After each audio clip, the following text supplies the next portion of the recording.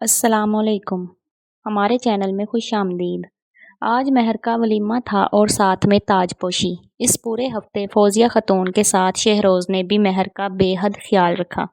فوزیہ خاتون نے مہر کو اس کے والدین کی جھلک بھی دکھائی تھی۔ مہر شیشے کے سامنے بیٹھی ہوئی تھی۔ سفید اور پنک رنگ کے امتزاج کا یہ لمبا میکسی نما فراق مہر کو بے تحاشا خوبصورت بنا رہا تھا۔ مہر نے پیروں میں خوبصورت گھوسا نما جوتے پہنے تھے جو فراق کے لمبا ہونے کے باعث نظر بھی نہیں آ رہے تھے۔ ہاتھوں میں سفید اور پنک رنگ کی خوبصورت کانچ کی چوڑیاں تھیں۔ مہر کو تیار کر کے گل بہار باہر لے آئی۔ سر پر پنک رنگ کا دوپٹہ مہر کی گلابی رنگت پر بہت جچ رہا تھا۔ فوزیہ خاتون مہر کے پاس آئیں۔ انہوں نے بھی آج سفید ہی رنگ کا خوبصورت لمبا فراق پہنا ہوا تھا۔ دیکھو بیٹا، تم انسان ہو۔ یہاں لوگوں کے درمیان جب بیٹھو گی تو دھیان رکھنا یہ لوگ انسان نہیں ہیں۔ ان کی باتیں، ان کی روایات مختلف ہیں۔ تمہیں چپ کر کے سب سے پہلے ان لوگوں کو سنجیدہ ہو کر دیکھنا ہے کہ یہ کیا کرتے ہیں۔ یہاں بہت سے لوگ تمہاری مخالفت کریں گے مگر تمہیں ان کا مقابلہ کرنا ہے۔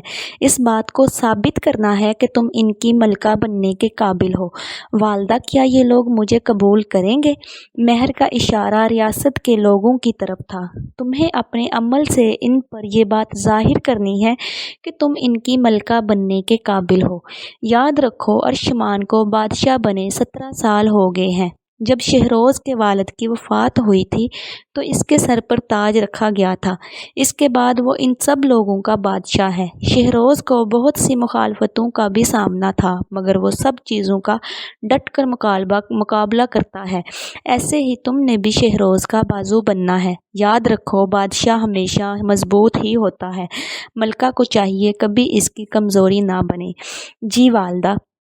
مہر کو ایک خوبصورت کمرے میں لایا گیا جو شاید بادشاہ کا دربار تھا۔ مہر خاموشی سے یہ سب دیکھ رہی تھی۔ ایک گولڈن رنگ کے تخت پر شہروز بیٹھا ہوا تھا۔ ساتھ میں فوزیہ خاتون کا تخت تھا۔ شہروز کے ایک طرف فوزیہ خاتون کا تخت تھا جبکہ دوسری طرف مہر کا۔ آئیے رانی صاحبہ۔ مہر کو ایک دربان نے اشارہ کیا کہ یہ تخت پر بیٹھ جائے۔ شہروز اس کے ساتھ ہی بیٹھا ہوا تھا۔ میرے لوگوں، مجھے خوشی ہے کہ آج میری رانی کی تاج پوشی پر تم سب لوگ جمع ہوئے ہو۔ سب سے پہلے تو میں یہ کہنا چاہتا ہوں کہ جن لوگوں کو ملکہ کے انسان ہونے پر اعتراض ہے وہ یہ جان لیں کہ اب مہر شہروز میری بیوی ہے۔ اس کی طرف اٹھنے والی ہر نظر کے بارے میں یہی تصور کروں گا کہ یہ نظر میری طرف اٹھی ہے۔ رانی مہر شہروز اپنے لوگوں کے لیے ہمیشہ کھڑی ہوں گی۔ مہر کو رانی بنانے کا فیصلہ میرا ہے اور امید ہے سب اس بات سے ہرگز اعتراض نہیں کریں گے۔ شہروز نے ایک دربان کو اشارہ کیا جو ایک تھالی لے آیا جس میں خوبصورت سنہری تاج تھا۔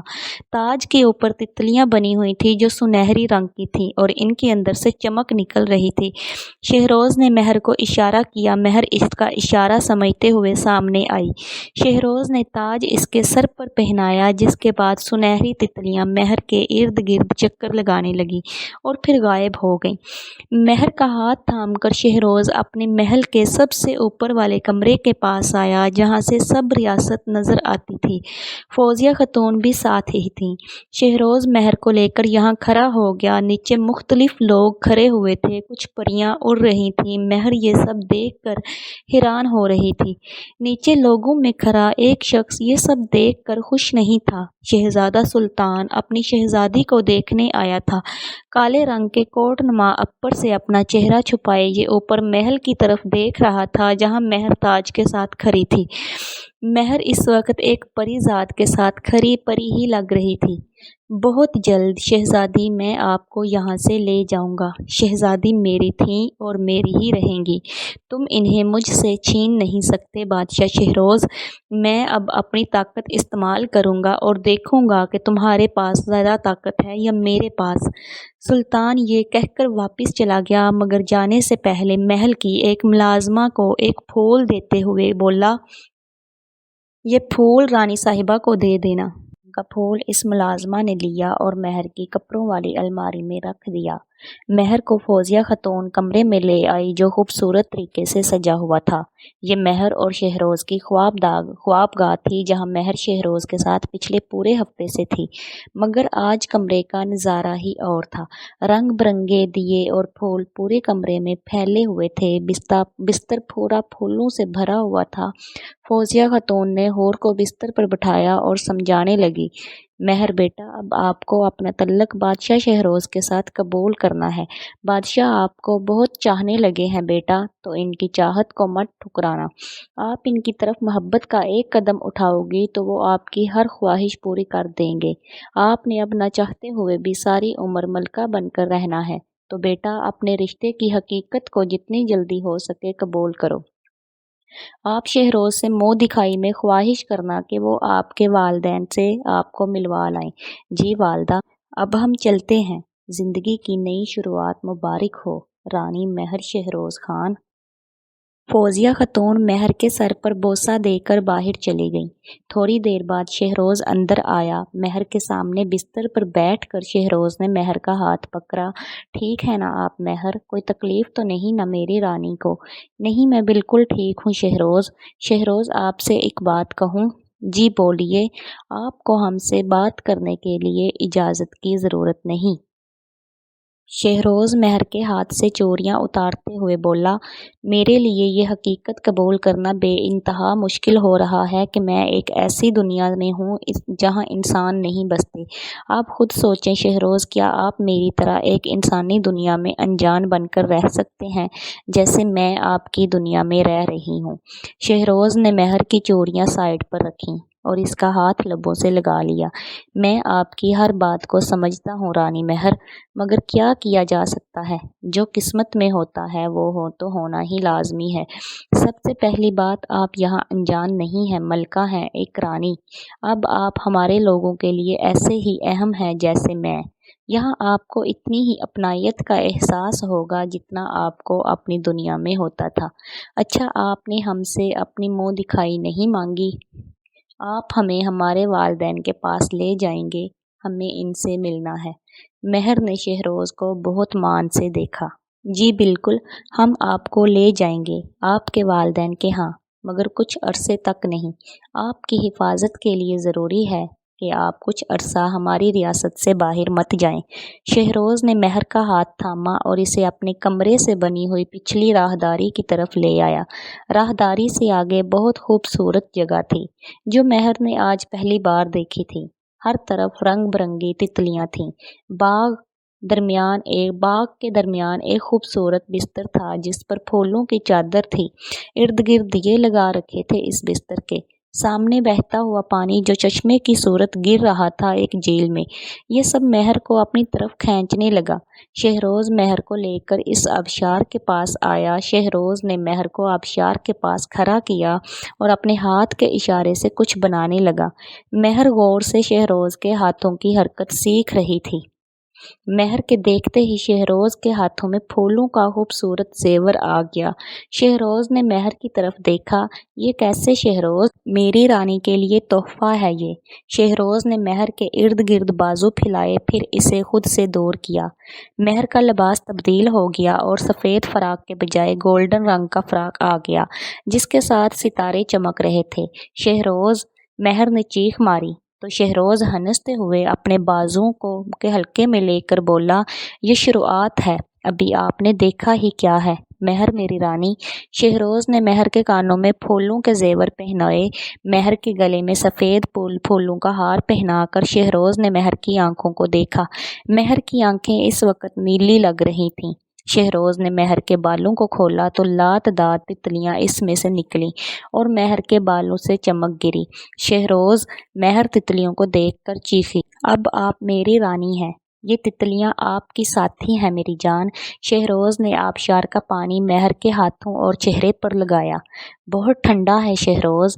شہروز مہر کو دیکھ کر مسکرا رہا تھا جو اس وقت یہ سب دیکھ کر حیران ہو رہی تھی۔